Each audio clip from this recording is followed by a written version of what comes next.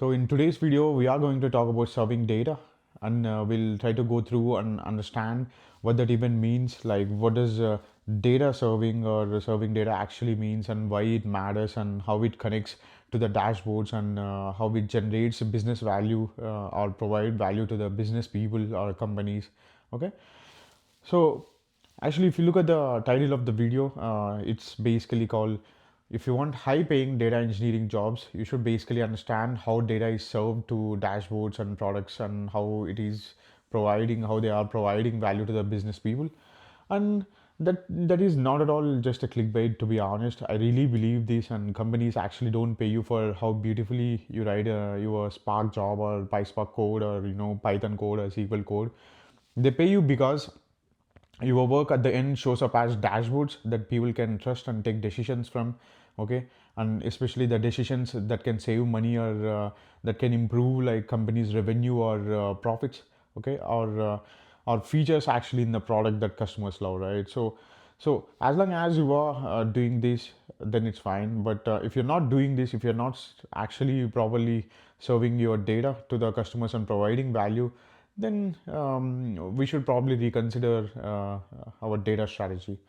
And to be honest, if you have watched my previous video on data engineering lifecycle, this actually, the serving data part or data serving part, actually comes towards the end of the data engineering lifecycle. Okay, and we'll do everything before the serving part, in order to get to the serving part. Okay, in order to provide value to the business people, in order to provide value in a way by developing dashboards, or in a way by developing features in the product that customers love, or in a way we make some kind of analytics, so that based on that analytics, then basically business people can make decisions that can save money for the company, or or improve the revenue or profits as well. So in this video, and which is part one, I want to talk to you about what serving data actually means, and how analytics sits on top of everything we built before, and especially how business intelligence works in practice, right? So, so let's try to draw or write down the agenda for this video, and we'll try to go through each and everything in detail. Okay. So in this video, we'll try to understand what serving data actually means. Yeah. And then we'll also understand how analytics sits on top of everything we have built before. Yeah.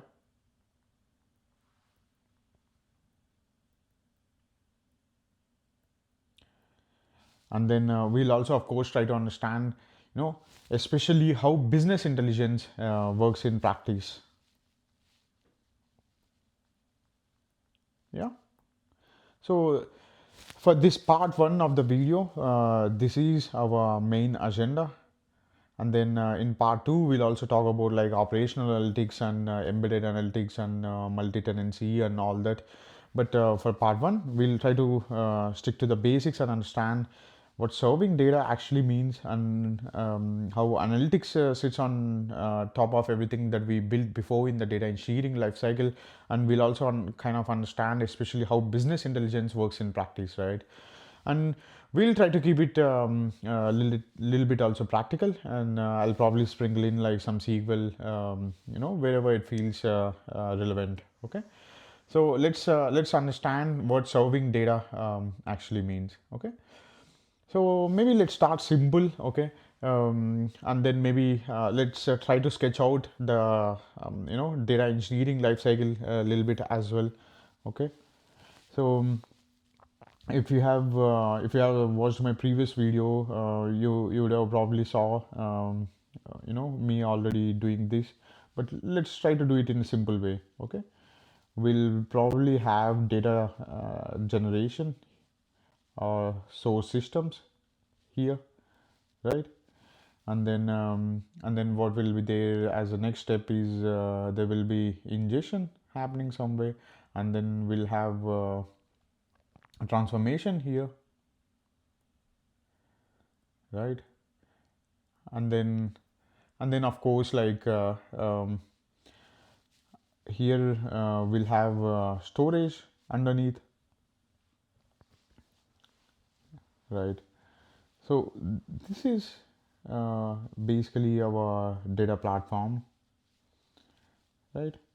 So now if you observe this, if you don't know like what this data engineering lifecycle means, like I'll try to give you a little bit info, but if you want to know deep more details about the data engineering lifecycle, please check out my video, on data engineering lifecycle. There will we talked about more details. I'll leave out the link in the comment section. Please watch it.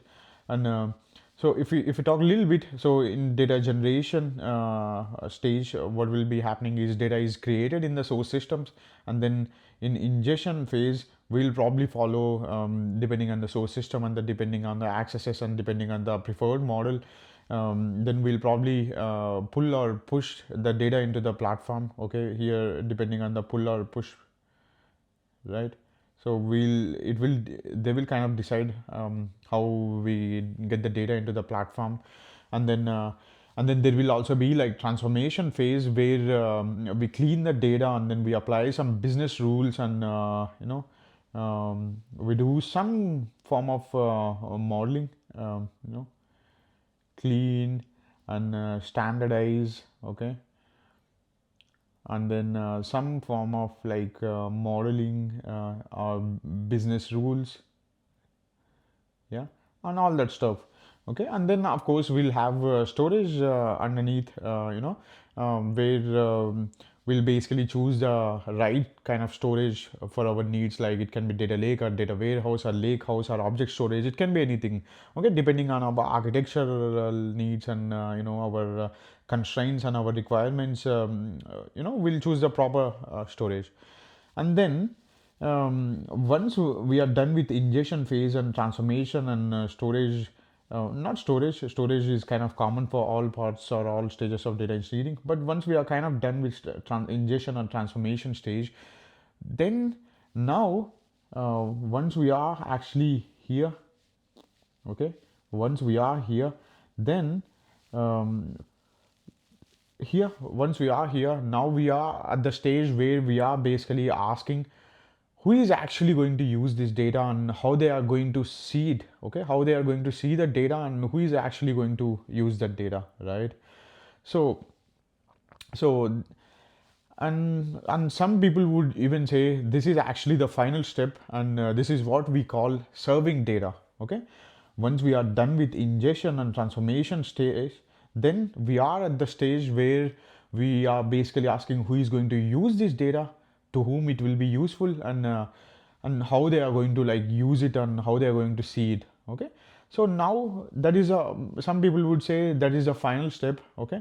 In my opinion, there will be like a lot more steps after this as well, but this is one of the most critical steps, okay.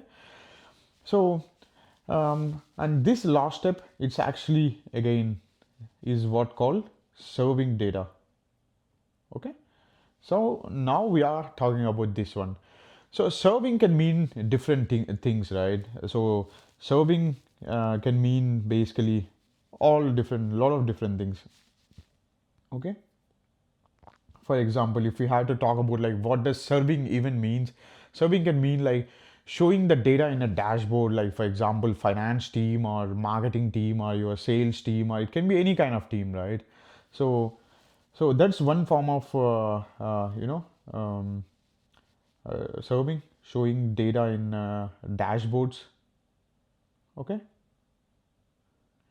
And then other form of serving would be like powering a real time operations console for logistics or something like that. Don't worry if you don't understand what does real time operations console means. We are of course going to talk about it. Don't worry about it, okay. Or it can even be like driving recommendations in a product.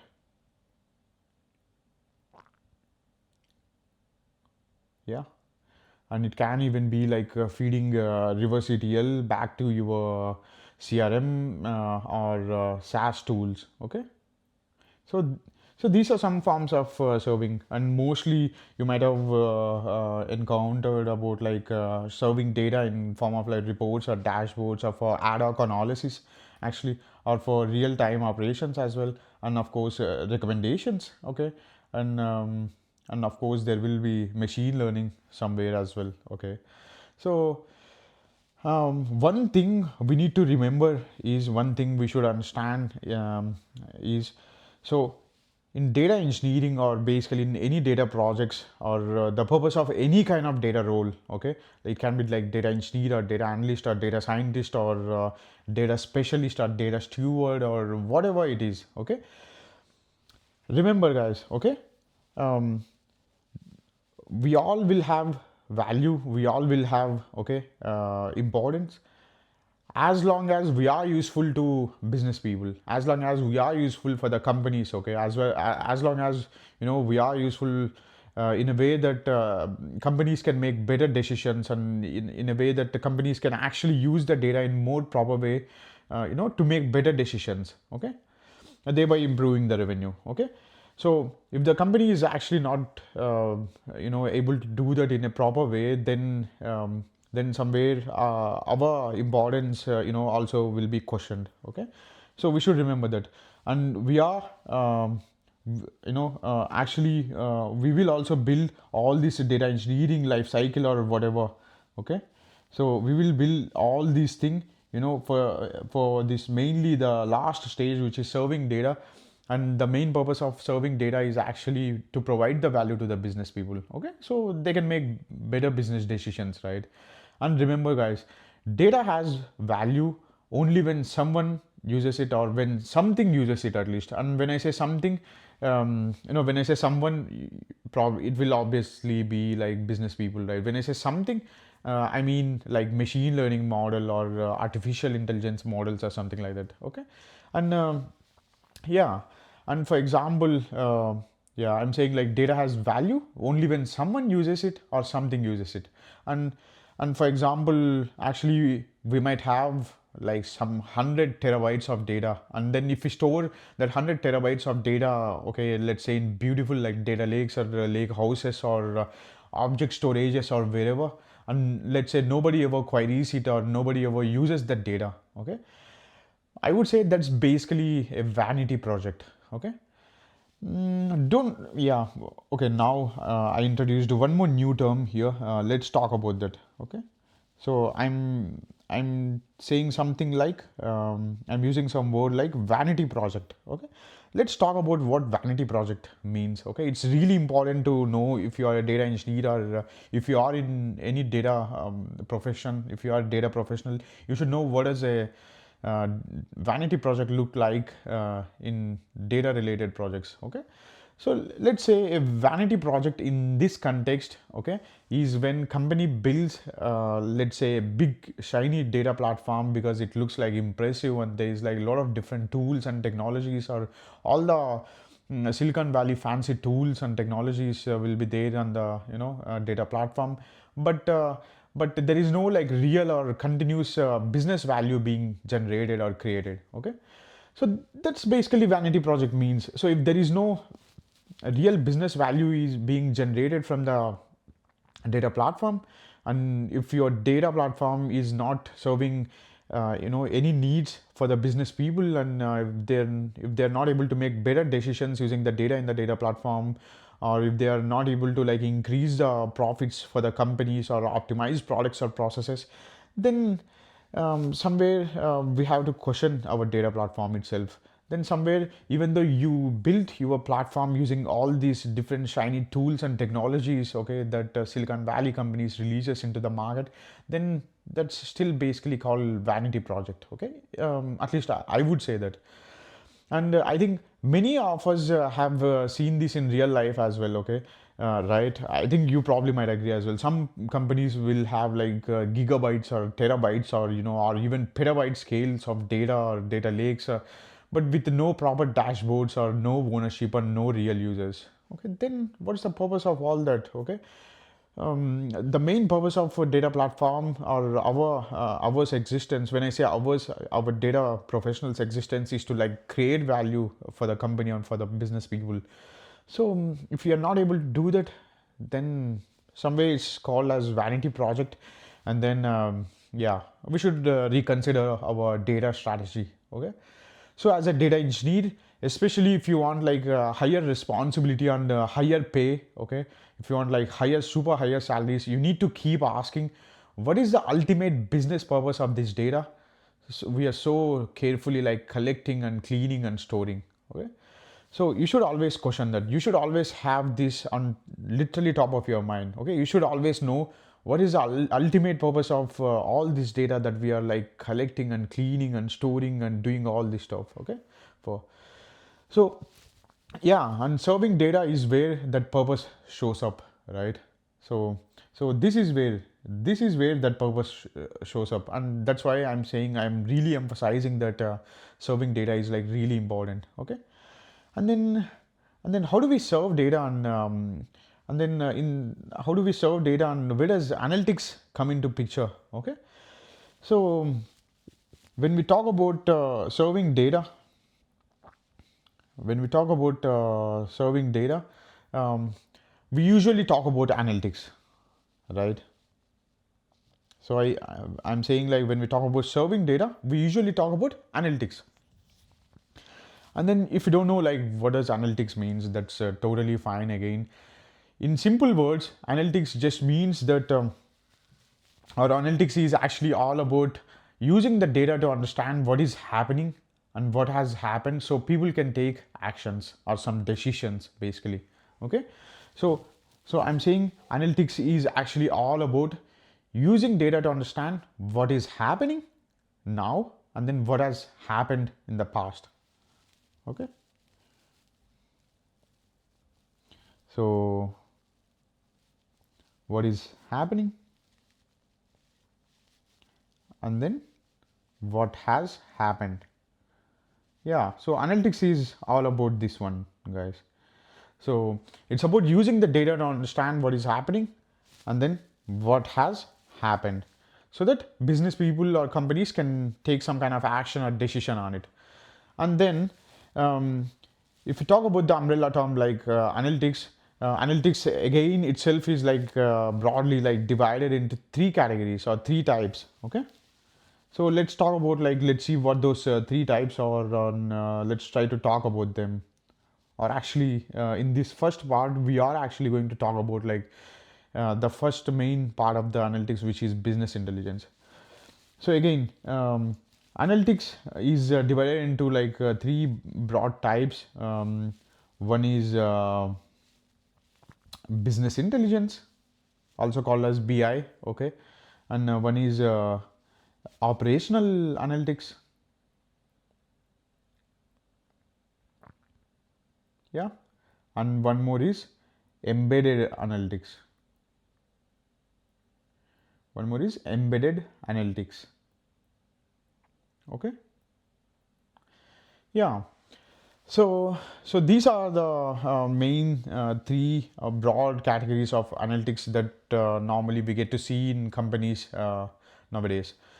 So of course, in this part of the video, we are actually mainly focusing on business intelligence part of the analytics. Okay, we are and we'll mainly focus on business intelligence and the idea of, and also the idea of like data value versus vanity. Okay, in part two, we'll go deeper into like operational analytics and embedded analytics. But for part one, it's about like business intelligence and also we'll talk about like data value versus vanity. So let's talk about business intelligence now. So now, what is business intelligence actually means? And I'm pretty sure that business intelligence is like one of the one of the most important concepts that many people would have heard about like already. And if you don't know like what does business intelligence means, business intelligence is all about using the collected data, whatever the data we collected, to describe business's past and current state. Like for example, it can be what was the current revenue and what is the revenue, what was the previous revenue and what is the revenue now, and what are the previous costs and costs now, customers, and then trends, and then customer segmentation, and normally usually through dashboards and reports, right? So So I'm saying in business intelligence, we'll what business intelligence is all about is it's actually about using the collected data to describe businesses past and current state. Okay, businesses past and current state. Okay, um, for example, like revenue, costs, our customers, yeah, trends, and etc. Okay, and how? Usually through reports and dashboards. Okay, so that's what it is all about. It's about using the collected data to describe the business's past and current state, like revenue or costs or customers and trends and etc. using like reports and dashboard. Think of, for example, if you want to go a little bit more into the examples, think of, for example, metrics like monthly revenue by country. Okay, if you want to know the monthly revenue of of a company by country, then this is again classic example of business intelligence. Okay, or if you want to, if you also want to analyze something like, I don't know, number of active users per product. Yeah,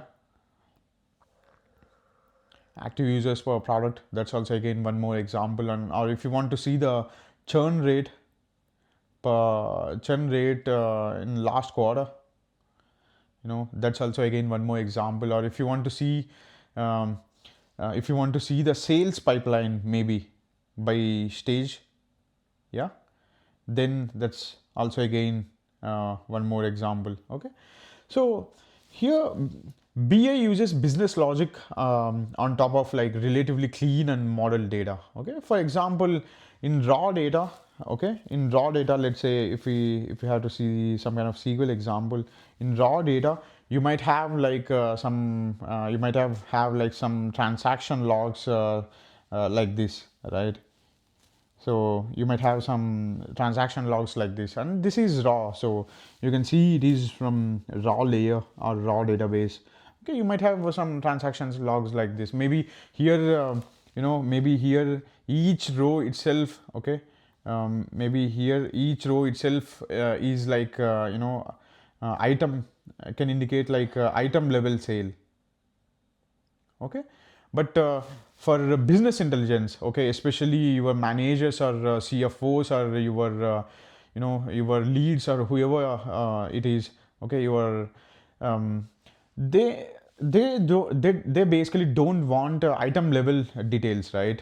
What they will do with item level transaction level details, they basically will be expecting some kind of clean metrics from you, so that accordingly they can formulate their strategies or they can make more nice decisions, right? So for them, some simple BI stuff, this is like again a little bit vague, but for them, like simple BI stuff would look something like this. Okay, so so this is actually BI in action, I would say. Okay, at the lowest level. Okay, this is BI in action at the lowest level. So what we'll do is we'll apply business rules like we'll apply business rules like revenue equal to quantity into unit price. Okay, and group by maybe group by month and country. Okay, and present it in a form, okay, where CFOs or your managers or your leads or your product managers can actually use this metric or data. Okay, so and then make some kind of decisions on it. So in this query, if you look at it, we are actually calculating the total revenue per month and per country. Okay, so we are calculating like country level total revenue on a monthly basis. Okay, this is like business intelligence in action. Okay, this is I would say like one of the simple, this can look like a simplest metric, but compared to the raw data whatever you have here, this will help, okay, a lot to the business people, okay, or your product managers or CFOs or your managers basically. And yeah, We should also, of course, understand about self-service analytics, and then what does it mean. Okay, let's try to understand what does self-service analytics means. Okay, so I'm pretty sure again you would have heard this term called self-service analytics, but if you didn't, that's totally fine. We'll discuss what it is. Okay, so so the name itself indicates, okay, self-service analytics, like self-serving. For example, if you go to a hotel and let's say if it is like a self-service buffet, then you'll probably go at the counter and keep whatever you want in the plate, and then you'll go to your table and then have it, right? So in same way, okay, self-service analytics is basically there will be data in a nutshell. Okay, there will be data, and then whoever want to consume it and make analytics on top of it, they are free to do it. Okay, so and but self-service analytics can happen. Okay, self-service analytics can happen when when data is like clean and modeled well enough.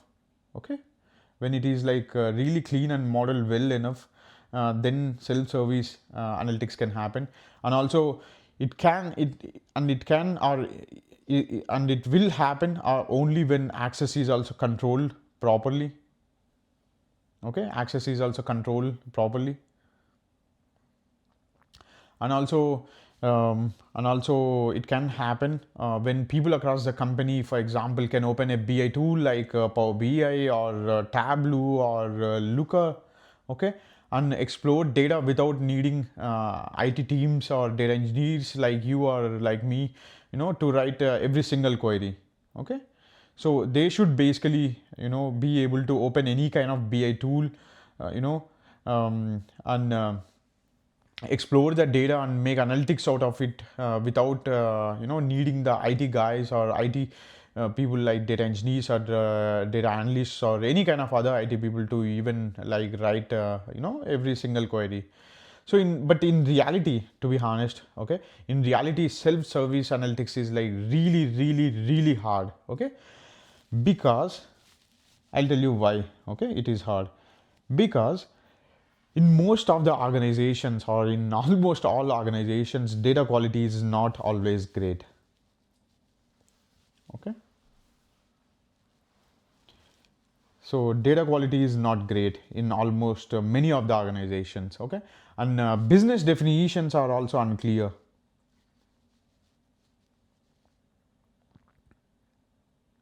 Yeah, and also people actually don't always have right skills, okay, to do analytics by themselves. Yeah, so there are of course also like so many reasons that will come. uh, so these kind of problems will lead to more deeper problems. Yeah, if you let's say if you are using like shared cluster or shared resources, and if you don't have right skills, then one can go like crazy and develop something bad or something which is like heavily resource consuming, and that might bring down the entire cluster as well, right? So yeah, so it's a little bit difficult, and business definitions are also like will be quite unclear in many companies, and data quality is not at all like great in many companies. So that's why these are some of the reasons like why self-service analytics is really hard. And of course there is also always access control, security, and all that stuff, which makes things even harder. Yeah, but the that's why in most of the companies you need like really good IT people or data guys or data girls, to make good analytics happen. Okay, and here okay, but the data engineers work here is to like build reliable semantic models or standardize metrics and implement governance and make sure that when someone drags maybe revenue into chart, it actually means the same thing everywhere, not just in revenue here. It should be like same across every places, right? So it should be like that. So that's why you need like data engineers or proper data analysts or data scientists, to be able to like build reliable semantic models and data standardized metrics, and implement governance or build proper robust machine learning models, and make sure that when someone means something, it means like almost same everywhere, not just in one place. Okay, this is actually one of those areas where I feel having strong BI and business intelligence and serving layer makes you look like very senior. Okay, you are not just building tables, you are shaping how the business sees itself. Okay, so that's why it's important. And maybe let's jump on to the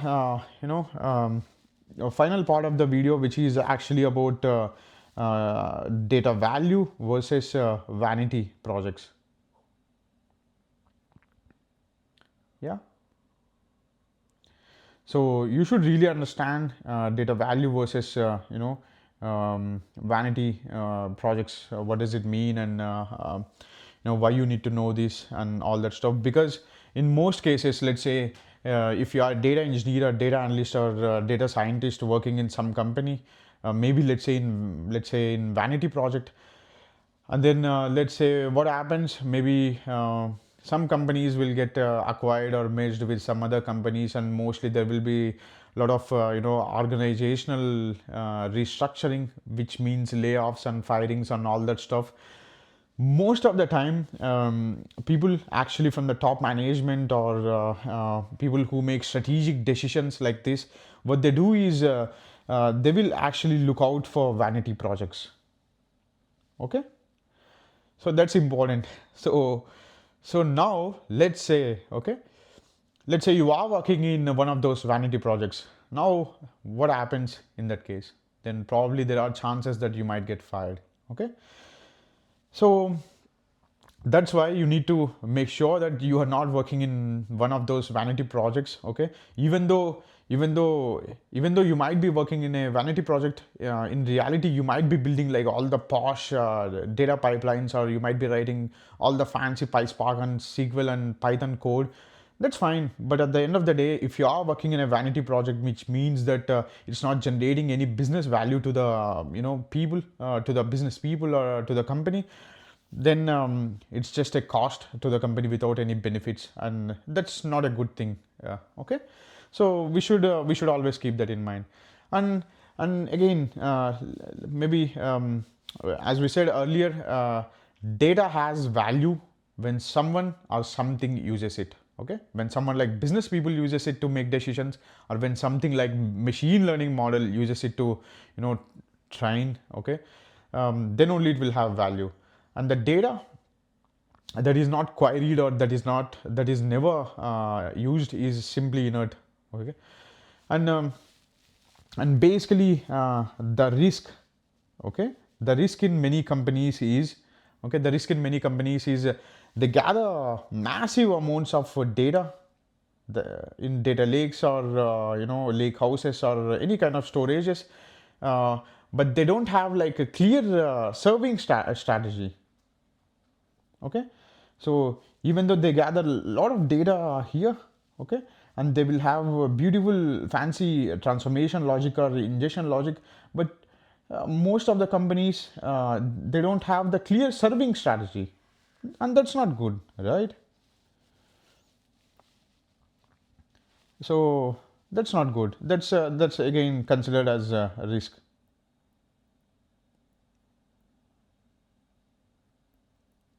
Yeah. Yeah, and the data, and then one more risk is the data that never turns into like regular or trusted analytics or any kind of dashboards or any kind of reporting. Then again, okay, that's also a risk. Okay, if you ask me like what are the quick ways to check if you are in such a vanity project or not, then some of the ways to check or to verify that you are not in a vanity project is, okay, so you need to find answers for some of the questions that I'm going to talk about now. Okay, so you need to question yourself, are there clear business questions that the data in your data platform answers? Okay, you should understand, are there clear business questions? Okay, are there clear business questions that the data in your data platform answers? Okay, so let's say business have some kind of questions or problems during decision making. So you should maybe question yourself, or you should think in such a way that whether you are able to answer the business people problem using the data present in our data platform. That's the that's the first quick way to check and make sure that you are not in a vanity project like that.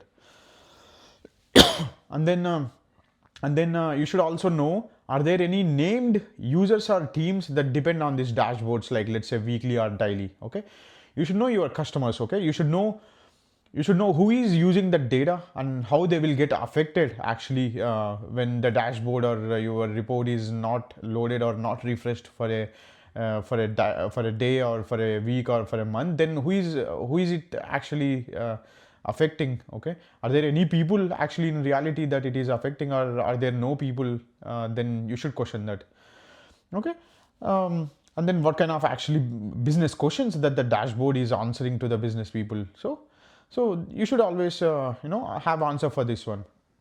And you should also know if someone is actually owning the metrics and caring when things break, when things are when your report is not getting refreshed, or when your data pipeline is actually getting failed and data is not getting loaded into the downstream layers.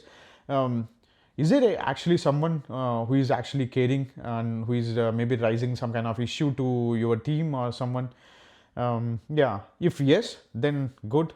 Maybe there is someone who cares when something breaks, or maybe someone is depending on the dashboard to make some kind of decisions or something like that.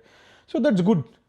Otherwise, actually, if there are like no clear business questions that your report is answering, or if there are no named users or customers or teams that depend on these dashboards, or if there is no one like owning that metrics or caring like when something breaks, then probably the chances are high that you are in a vanity projects. Okay, and that's not the good place to be in. Okay, yeah, to put it in a simple way. And during organizational restructure, or when someone likes when maybe some smart boss or someone realized that your project is just a cost to them, and without generating any value, then they will basically cut the costs, and that means laying off people in your team or project. Yeah, so and this is how you make sure that you won't get fired or laid off. Okay, so yeah, and as a data engineer who wants like a bigger impact and a higher pay or higher salary, and I think it's really important to ask this question early in projects, and it makes you like sound and actually be like far more senior than just tell me like what to build kind of data engineer, right? Okay, everyone will be able to build something if you tell them what to build. Okay, especially now with in the days of like ChatGPT or Gemini, then you can just ask question and get the code or whatever. But then if you actually really care about the bigger impact in your organization or team, and if you want like really better pay or high salary, then you need to make impact, and you will make that by making sure that you are not in a vanity project and you are actually generating real value to the company. Okay, and that is by asking all these questions and making sure that your data in the data platform is actually answering questions to the business people and helping them to make the decisions. Okay, for your company. So maybe let's wrap up the part one of the video. Okay, let's wrap up the part one, and then let's actually try to get the quick recap of part one, and let's wrap up. So serving data is the last stage where all the earlier work finally meets the real users. Okay, now what do I mean by that is, so serving data is here, which is kind of the last stage, and after here there will just be users. Okay, and all the work whatever you do here or here, so is for this part. Okay, which is to get to the users. Okay, so serving data is the last stage where all the earlier work finally meets real users, and analytics is the main way we serve data, and BI is the classic form. Okay, analytics is the main way we serve the data, and BI is the classic form of it. Okay, like dashboards and reports or ad hoc queries or analysis. And and moving on to the next point, which is good BI, good business intelligence needs clean data models and shared business logic and clear idea of like who is using the data and why they are using it. Okay, and going back to the vanity projects. Okay, So vanity projects happen when we collect and store a lot of data without having clear data serving strategy or business purpose. Okay, then when vanity projects happen, and they are not the good projects to be in actually, even if you are using all the fancy technologies. And so that's it actually for this video. And in part two, we'll go deeper into operational analytics and the embedded analytics. So the places like where dashboards are like kind of real time and user facing, and the stakes are actually even more higher than the business intelligence. The stakes are actually quite high in business intelligence as well, because at the end of the day, you will still make, or some business people will be making the decisions based on the data in the reports. But stakes are, I would say, even more little bit higher when it is user facing. Okay, and yeah. So in the part two, we'll talk about like operational analytics and embedded analytics. So if this first part helped you see the serving side of data engineering more clearly, you can actually like the video and share it with your colleagues, or comment down actually if you are excited for part two. And yeah. Yeah, and of course, like please do subscribe if you want more system design style explanations for data engineers, and that will also help me keep motivation to myself. And yeah, and thank you so much for watching the video, and I'll come back to you with one more interesting topic. Until then, see you, and stay tuned, and thank you. Bye.